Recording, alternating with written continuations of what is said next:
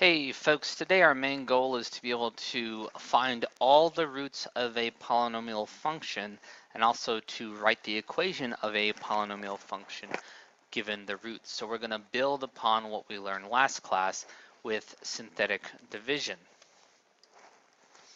So the first thing we need to be able to do when we're searching for roots of a function is to narrow down what are the possible roots. And we have what's called the rational zeros theorem or the rational roots theorem. And what this tells us, okay, is that if a polynomial has integer coefficients like this one does, has a 3, a -2, a 5, and a -12, then any rational zero will be of the form p over q. And p is a factor of the constant, and q is a factor of the leading coefficient. So let's see how this works. So for this first example, I have f of x equals 3x cubed minus 2x squared plus 5x minus 12. Well, my leading coefficient, that's my q, is 3. My constant term is a -12.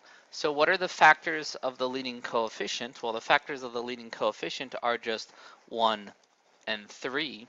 What are the factors of my constant term? Well, I have 1, 2, 3, 4, 6, and 12. So if I want to write down my possible rational zeros, this is what I do.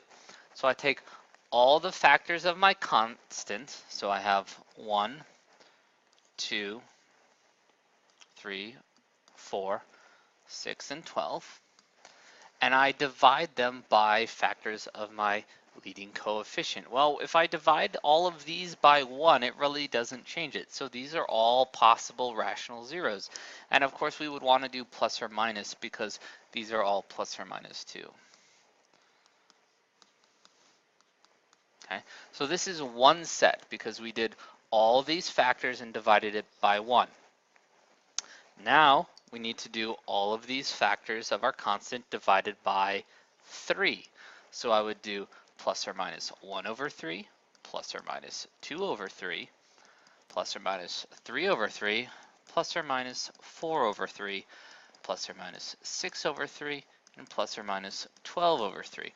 And so now I have all my factors of my constant again over my other factor of my leading coefficient. And you may think, well, this is a lot of possibilities. But we hadn't narrowed it down before, so we took an infinite number of possibilities and narrowed it down to this list of possible rational zeros. And we can narrow it down even further, because 3 over 3, that's just 1, so that's a repeat. 6 over 3 is 2, so that's a repeat. And 12 over 3 is 4, so that's a repeat. So in all, I have 1, 2, 3, 4, 5, 6, 7, 8, 9, and then I double it because I have plus or minus, so I have 18 possible rational zeros for this function. So, next one, let's find all the possible rational zeros for this f of x. Well, my leading coefficient is 4, okay, so factors of 4 are 1, 2, and 4 itself. My constant term is 10. Its factors are 1, 2, 5, and 10. So now I need to do all my factors of my constant over all my factors of my leading coefficient. So I will do plus or minus 1, plus or minus 2, plus or minus 5, plus or minus 10. All over 1 doesn't change anything. Now I have plus or minus 1, plus or minus 2, plus or minus 5, plus or minus 10, all over 2, so I have to divide each one by 2. Okay, so that takes care of dividing by 2. And then the last one I have to divide by 4, so I have plus or minus 1, plus or minus 2, plus or minus 5, plus or minus 10, all over 4. And now we want to get rid of the repeats, so that took care of the 4. Okay, so 2 over 2, that's just 1, so we don't need that because we already have it right there. 10 over 2 is 5, so we don't need that. 1/4, that's a new one. 2 over 4 is 1/2. We have that right there. 5 over 4, that's a new one. And 10 over 4 is the same as 5 over 2, so that's a repeat also. So what's left over are my list of possible rational zeros. And so I have 1, 2, 3, 4, 5, 6, 7, 8. So I have 16 possible rational zeros. Now it's not saying that it might have zeros that aren't rational. And if they do, if I have irrational zeros or complex zeros, they don't show up on here. This theorem is just saying that if I do have rational zeros, they have to come from this list. Okay, so another tool that we need to help us in our search for zeros is what is called the fundamental theorem of algebra. And it says that if f of x is a polynomial of degree n, and n is greater than 0, then f of x equals 0 will have at least one solution. So that's just saying is that if I have a polynomial and it is a degree of at least 1, then there's going to be at least one solution to this.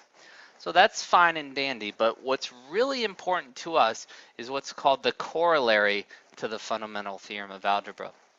And if you study math further, like in college, or maybe even some higher maths here at school, you'll learn what a corollary is: a theorem, like a little mini theorem that you can prove fairly quickly from another theorem. So the corollary to the fundamental theorem of algebra says, starting with the same thing, if f of x is a polynomial of degree n and n is greater than 0, then f of x equals 0 will have n solutions, including multiplicities. So what does that mean? What does this mean to us? So if I want to boil this down and get the essence of what this is saying that the degree of the polynomial equals the number of solutions. So if I have a quadratic, there are 2 solutions. If I have a cubic, there are 3 solutions. If I have this 7th power, then this has 7 solutions.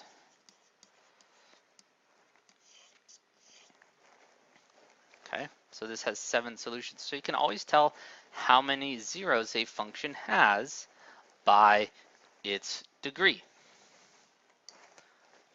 Okay, so we have that little background knowledge. Okay, so let's put this all together. We want to find all the real zeros of f of x equals x cubed minus 8x squared plus 11x plus 20. So the first thing we need to do is narrow down what's our list of possible rational zeros. How are we going to try to start to attack this? So we need to look at our p's over our q's. So we want to use the rational zeros theorem and see what are the possible ones. Well, my leading coefficient is just 1, and my constant is 20. So my factors are 20 are plus or minus 1, plus or minus 2, plus or minus 4, plus or minus 5, plus or minus 10, and plus or minus 20. So I have 1, 2, 3, 4, 5, 6. I have 12 possible zeros that I can try to see if they work for this function. So here's how we do this. So we need to use synthetic division to try to see if they are zeros. If you recall from last class, if the remainder is 0 when I use synthetic division, then my number is a 0 of the function. So let's start out with, we'll just start out with positive 1. So start with your smaller ones and work towards the end. So let's start with 1. Okay, if you recall, I put my coefficients, so I've put 1, negative 8, 11, and 20 here. Okay, so again, I drop down 1, multiply, 1, add, multiply, add these together, multiply, and I get 24 as my remainder, as my last one. So I know this is not a 0, so I can scratch 1 off the list. That's not a 0. And you guys, that's going to happen. You're going to try ones and they won't work. So you just got to try another. So let's try negative 1 now. Okay, And so we have 1, negative 8, 11, 20. So drop down, multiply, add, multiply, add, multiply, add, and I get 0, so success. So I know that negative 1 is a 0 of the function. Since negative 1 is a 0 of the function, I know that x plus 1 is a factor. This is a factor. If negative 1 is a 0, x plus 1 is a factor. So I could rewrite f of x as f of x is equal to x plus 1. And then what's left over, again from last class, since I peeled off one layer of the onion, I am now starting with a quadratic, since this was a cubic and I peeled off one layer. So what's left over, this is x squared minus 9x plus 20.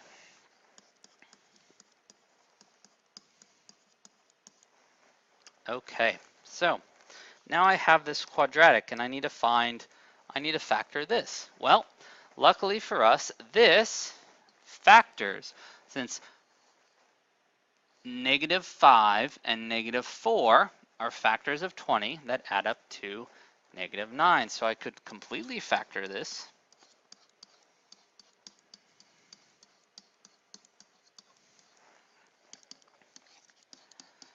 That is f of x. And then I know that my zeros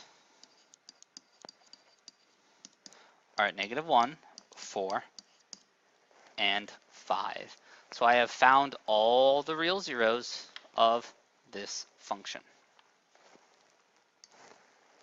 So next up, I want to find the zeros of this one. I have x cubed minus 6x plus 9x minus 2. So factors of my constant over my leading coefficient. Well, my leading coefficient is 1, thankfully again, so it narrows down our options. Negative 2, factors are plus or minus 1, plus or minus 2. So what do we want to start with? I could start with 1, I could start with negative 1. I've already done those. I know those won't work, so I'm going to start with 2. Okay, you can trust me on that. I already used synthetic division. I know those ones won't work. Okay, so now let's do synthetic division with this. Drop down the 1, multiply 1 times 2 is 2, add negative 6 and 2 is negative 4. Multiply these together, it's negative 8. Add these together is 1. Multiply 1 and 2 is 2. These two together is 0. Okay, so again, since this was a cubic and I'm dividing by a linear, I know that this is going to be a quadratic because I peeled off one layer. So now I know that f of x is equal to x minus 2, since this is a positive 2. And then this is x squared minus 4x plus 1. I drop down 1 degree when I rewrite what I have left over. So now the problem with this one is that this cannot be factored. Okay, there are no factors of 1 that add up to negative 4. So we need to find the zeros some other way. So we can use completing the square, the quadratic formula, whatever you would like to do.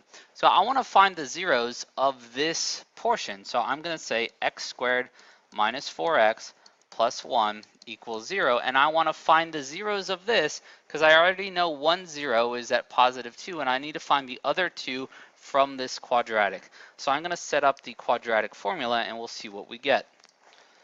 Alright, so you see I've done the quadratic formula here. I get 4 plus or minus the square root of 12 over 2. So we can simplify this more. We should simplify this more. The square root of 12 is 2 root 3. Okay, so if you did a factor tree, this is 4 and 3, 2 and 2. So I know that it's 2 root 3 since there's a pair of 2's. So I could rewrite this 4 plus or minus 2 root 3 all over 2. Since this and that are both divisible by my 2, I can do that. So 4 divided by 2 is 2. 2 over 2 is 1, so it's just plus minus root 3. And so those are the two solutions from this quadratic. So in the end, my three roots are x equals the 2 from the beginning, and then the 2 plus or minus square root of 3. And those are all my zeros for this cubic function. Let's look at one more, and this one's a bit challenging. So let's do our p's over our q's for this one. Well, my constant is negative 14, my leading coefficient is 1, so it's just plus or minus 1, plus or minus 2, plus or minus 7, and plus or minus 14. So my list that I have for my possible rational ones is smaller, even though this is a 5th degree polynomial. So I need to start out with this. So let's just start out with negative 1. Okay, so I have 1, negative 4, 4, 10, negative 13, negative 14. Continue this on. Okay, so let's do synthetic division. Drop down 1, negative 1, negative 5, 5, 9, negative 9, 1, negative 1, negative 14, 14, 0. So we're lucky the first time. I know that negative 1 is a 0 of the function. So what do I have left over? Okay, and now I know that one of my factors is x plus 1. This is a factor. I know this now because my remainder was 0. But what am I left over here? What is this? Well, this is a quartic. This is to the 4th power. So this is x to the 4th minus 5x cubed plus 9x squared plus x minus 14. Okay, so what I can do is I can continue doing synthetic division and just try to peel off another layer using another possible root. Okay, so now I'm going to try peeling off a layer using a possible root of 2. So I'm going to do that. So drop down 1, multiply 2, add negative 3, multiply negative 6, add 3, 6, 7, 14, and then 0. So now I've peeled off another layer, and now I know that x minus 2 is a factor. And what am I left at with this layer? I've peeled off 2 layers, so now I'm at a cubic. This is now at a cubic. This left me at a quartic. Okay, so now I'm at a cubic, and I need to do synthetic division again. Okay, so there are quite a few possibilities left for what could be rational zeros of this function. And if you ever get to the point where there's a lot of possibilities and you want to narrow it down, you can graph the function, what you have, in the calculator to sort of narrow down the list to see where you think it crosses the x-axis. So let's take a look. So in y equals, I've put what we have our cubic right here. I put x cubed minus 3x squared plus 3x plus 7 into the calculator, and if I graph it, I see that this crosses the x-axis. It looks at negative 1, so I'm thinking I should try to do synthetic division again with negative 1 and see where we get.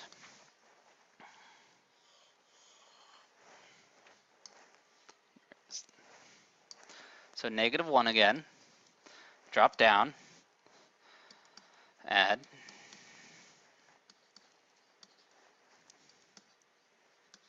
okay, and I got 0 for the remainder, and now this is at a quadratic layer.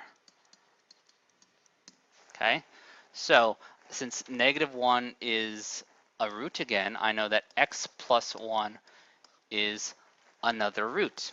And so this actually occurs twice, so it's a double root at negative 1. So now, let's rewrite what we have. So I know that f of x at this point is x plus 1 squared, because there's two of them. There's these two right here, x minus 2, and then my quadratic layer that I have left over, which is x squared minus 4x plus 7. Okay, so now let's think about this last layer that we have, this quadratic. Once we get down to a quadratic, we can always use some of our previous tools to solve for the zeros of this one. So are there any factors of 7 that add up to -4? There are not, so I know I can't factor this. So I'm going to set it equal to 0 and see what we can do. Okay, so let's review completing the square. So I'm going to move the 7 over, and I have x squared minus 4x is equal to -7. So I take half of this term, which is a -2. I square it, it's a plus 4. So this factors into x minus 2 quantity squared is equal to -7 plus 4 is -3. Square root both sides, and I get x minus 2 is equal to, when I square root -3, I get plus or minus, then I root 3 because I'm taking the square root of a negative. And then from here, x would equal 2 plus or minus I root 3. So these are two roots. So all of my roots together, okay, all of my roots together are x is equal to -1 from here, and it's a double root, so it occurs twice, but you don't need to write it twice. Positive 2, and then 2 plus or minus I root 3. Now let's see if this follows the fundamental theorem of algebra. This occurs twice, so that counts as 2. This is 1, so now we're up to 3, and then 4 and 5 for these two. So it does have 5 zeros, and these are all of them. Okay? Let's finish up this tutorial talking about the irrational conjugates theorem and the complex conjugates theorem. And all they say is that if a plus bi is a root, then a minus bi must also be a root of a polynomial. And if a plus the square root of b is a root, then a minus the square root of b must also be a root of your polynomial. So this is saying that irrational roots come in pairs and complex roots come in pairs. You can never have a single one. So if 2i and 1 minus root 3 are zeros of a polynomials, what also must be zeros? So if 2i is a root, I know that -2i must be a root. If 1 minus root 3 is a root, I know that 1 plus root 3 is a root. And so what has to be the minimum degree of this polynomial? Well, I have 1, 2, 3, 4. I have 4, so it's at least a 4th degree polynomial. Okay, so write a polynomial of least degree that has rational coefficients, a leading coefficient of 1 and zeros at 2 and 2 minus root 5. So this is very similar to when we wrote the equations of a quadratic given the roots. So if I have a 0 at 2, I know that x minus 2 is a factor. If I have 2 minus root 5, I know that I also have 2 plus root 5 as a 0. And then what did we do when we had these as zeros? Well, we uncompleted the square. So we set it up, x is equal to 2 plus or minus root 5. And then we uncompleted the square from here. So I subtract 2. I square both sides.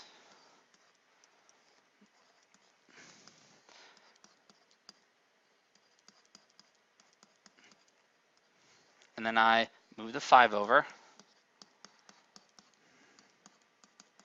Okay, so I know that this is my next one. So f of x is, this would be an equation for f of x that has those roots. Okay, one more thing I want to show you guys. Write the equation of a polynomial with zeros at -4, 1, and 2 with a y-intercept of 0, -6. So if I write my function, it's x plus 4, x minus 1, x minus 2. And I know there's a dilation in here, I just don't know what it is. So we'll figure out what that is. We'll represent that with A. So how are we going to use this to help us out? Well, I know that if I plug in 0 for x, I should get back out -6. So I should get the value for A if I plug in 0 in for my x's and -6 in for my f of x.